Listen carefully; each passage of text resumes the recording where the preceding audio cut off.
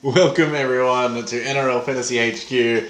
This is Red, this is Mitch, I am Alex. We are the NRL Fantasy Gurus.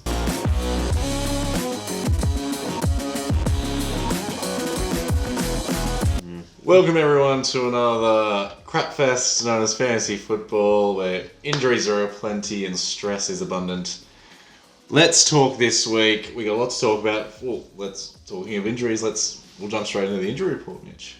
It's actually none this week. It's a really, really good week. Great week.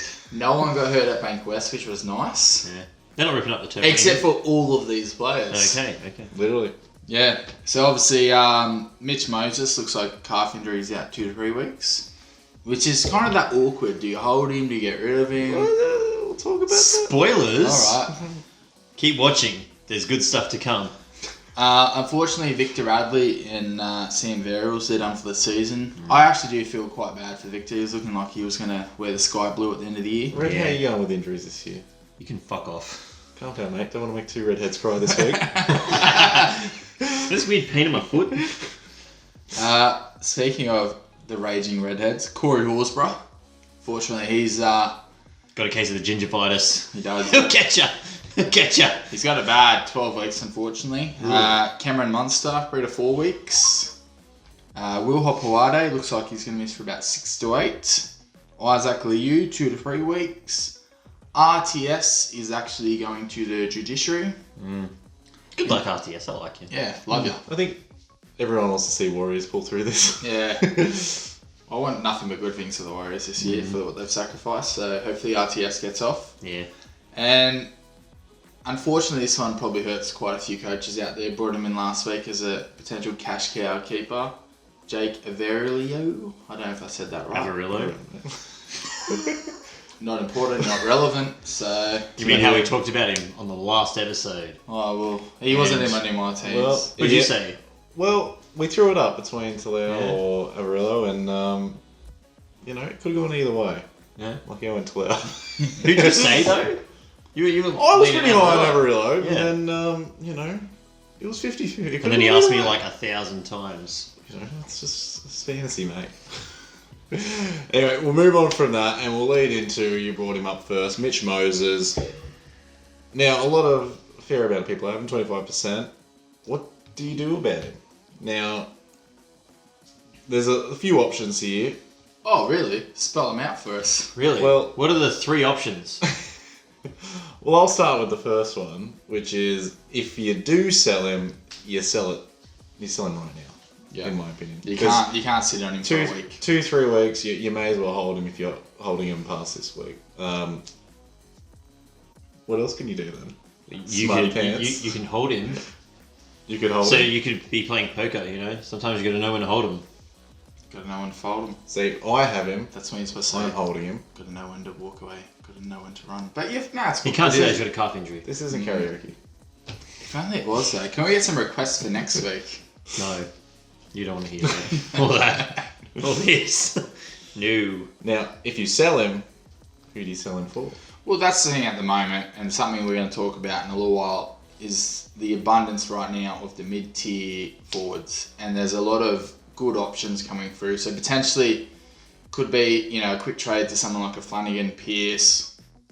Flanagan's looking very good at that price. Make a bit of money, and then one of your cash cows that's sitting in that mid-tier, quick upgrade to one of these guys we're going to brush on in a few moments or an hour or two. Who knows how long we'll talk. Well, in saying that, also we have a very high percentage of people. I think he's still the most selected player in NRL fantasy. Got Luai.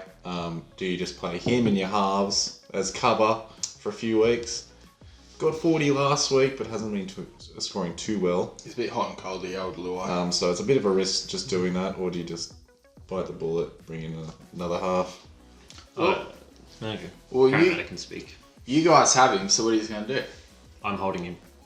I am holding him too. I'm going to play Luai for now, but just because trades are they're getting a bit slim at the moment, and I do not want to trade out a gun with this many weeks injuries. Yeah, but potentially it could be back next week. So Well, I had Radley and Moses, so I'm doing a few trades. And we'll talk about the mid-tier guy that I brought in, but I also brought in Jamal Fogarty. averaging nearly 40 points a game at 411,000. Very nice. Good guy to keep there as cover moving forward, because I don't know if anyone's noticed, but injuries are aplenty this year. I don't think we can blame one ground, 1 week.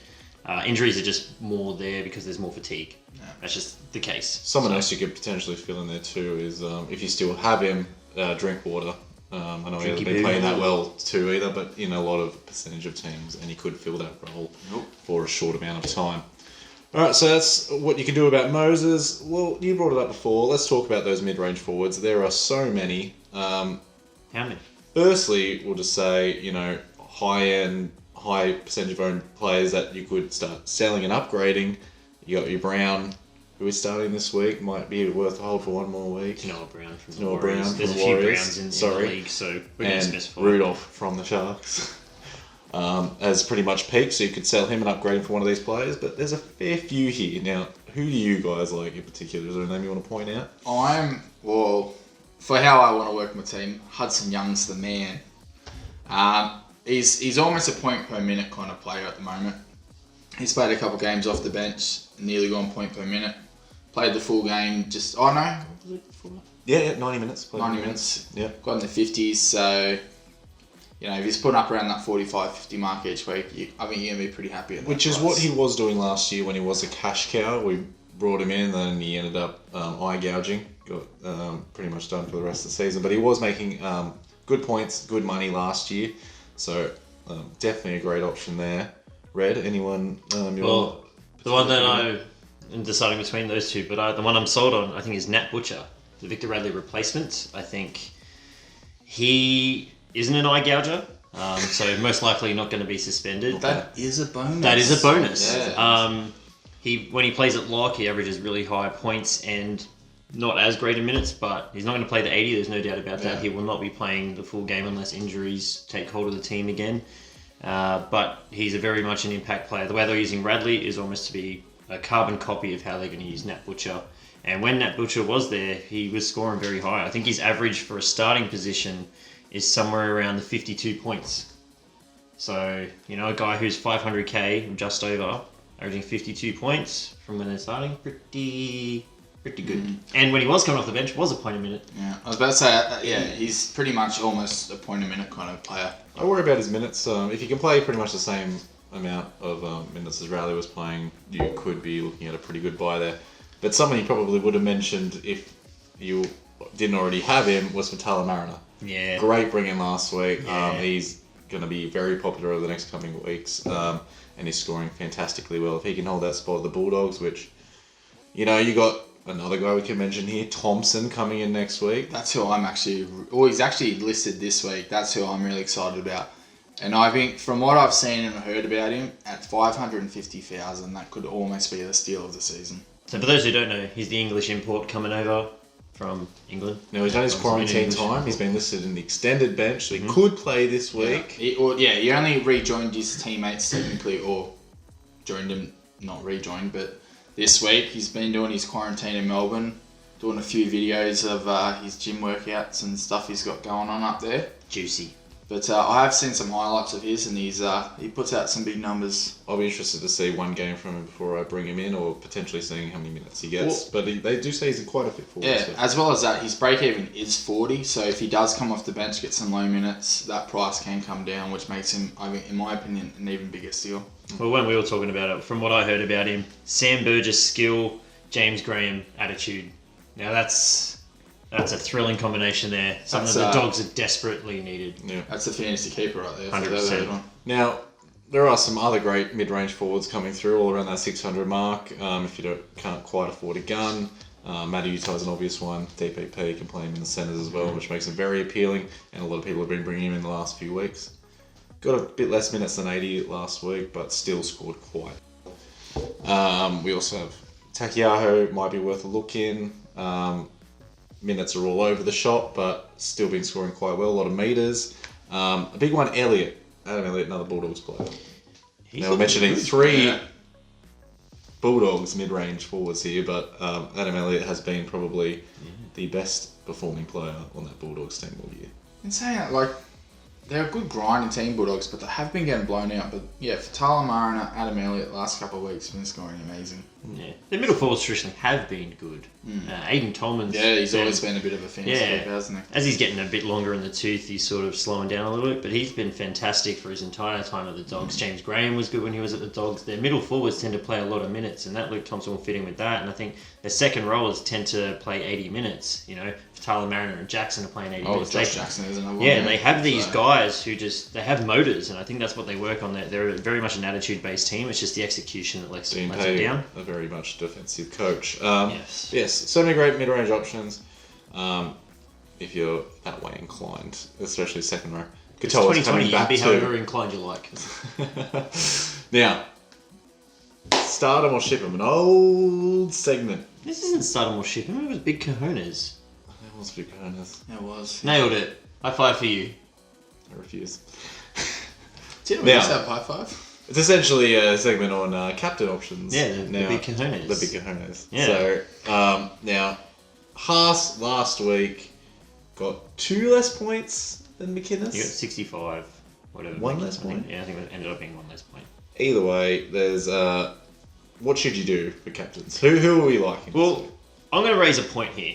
Over the last 3 rounds, Payne Haas isn't even in the top 5 of averaging points. Last 3 rounds. For the last 3 rounds. Well, last 3 games they've played, but you know, between the last 4 to 3 rounds, because Tedesco wasn't there, but he's obviously been quite juicy. Haas is number 8 on that list of the last 3 games that he's played. There's a lot of other players out there that are doing much better than him. I came out last week on the show and said, I guarantee Haas will have a big one, play 80. He did not. And I looked at that bench, I'm like, how did you not play 80? Played 65. Asako took him off. Yeah. Now, he still managed to get close to those high-end players, still scored okay, but that really shook me, makes me want to change my captain for this week and probably burn me, but other options. Well, obviously McInnes. You can't go past him. He's not even a player who plays in the middle of the field. Yeah, lock or hooker, so... Yeah. When he's at lock, actually, I like him a lot better. He runs. Yeah. He's always in there. He's always supporting. He does what fullbacks and halves should be doing. He's the guy waiting for the offload, running through the line at speed. You know, we don't really see that much in the game these days, anyway. So, I love what McInnes does on the field, and there's no one with a bigger ticket than him. How about Harry Grant, 77, scoring quite well. You know, was just supposed to be a bit of a cash cow, but now turning into a captain option. He's the fantasy dream, cash cow keeper. He's the dream. Would you take a risk on captaining him maybe this week over McInnes or a Haas? Potentially, but I think you know what you're going to get. You know you're probably going to end up in that 60 somewhere with McInnes and Haas. They've done it time and time again. Harry Grant and the Tigers are a bit up and down. Like, I think he probably will be in and around that 60 most weeks, but I think while you've got McInnes or Haas, you just kind of keep it between those two. Are there any other players you might consider? There is. So, the best scoring person for the last 3 games they've played is Ryan Madison. Like my boy Maddo. You brought him in last week. It's not like you had him for all 3 weeks. Shut up. But Ryan Madison averaging 80 points over the last 3 games he's played. Now, they were against quality competition. It seems to be that he plays really well against quality competition. Parramatta's quality run is coming to an end, and they're going to start facing some easier teams now. So it looks like he may drop off without Moses there for 2 to 3 weeks. Well, Moses has given him like 2 tries just so. Exactly. So what does that look like? You got other people like the Cameron Smith and the Cook of the world. Well, that's what I'm actually contemplating at the moment, trying to get Cook into my team, because I think the way the game's changed, it's come back to players like Cook who are explosive, who love to get out and take the markers on and take on those tired forwards. And the pressure is on South to pick up their performances, so Cookie will lead the way there. I love Cook as a captain option. I think South's actually looked quite improved the last few weeks. A bit rusty last week, but you know, it wasn't from lack of trying. I still say the difference there, and Murray in the middle of the field is the difference, because back when Cook had Sam Burgess and Murray, you know, through that middle channel, that was the quick play the ball. That's his game, especially this kind of game. You know, imagine if you had them both run in the middle of the field. That's what you haven't. But now that they moved him back there, they get those quick play the balls, which Cookie can run off. Yeah. And he's looked fantastic doing it. You still got your Jason Tamaloles, and there's a half who could rock the world and be a captain choice. Nathan Cleary. Yeah. Or Boyle himself. You don't really never go full Boyle. Never. Definitely wasn't winning any beauty pageants last week, that's for sure. Now, we don't really talk about halves as captain options, but I think you've got to look at him. Like, he's been absolutely killing it. He's been Goal kicking, try assisting. nearly 600 meters, 600 kick meters last week. He's tackling, he's scoring tries, he's looking. Yeah. He's pretty much catapulted Panthers to the top of the table. 100%. Second? Oh, Parramatta took it back. My bad. Sorry. Sorry. Let's see if you can hold that with Moses out. Probably can't see us from that far down the table.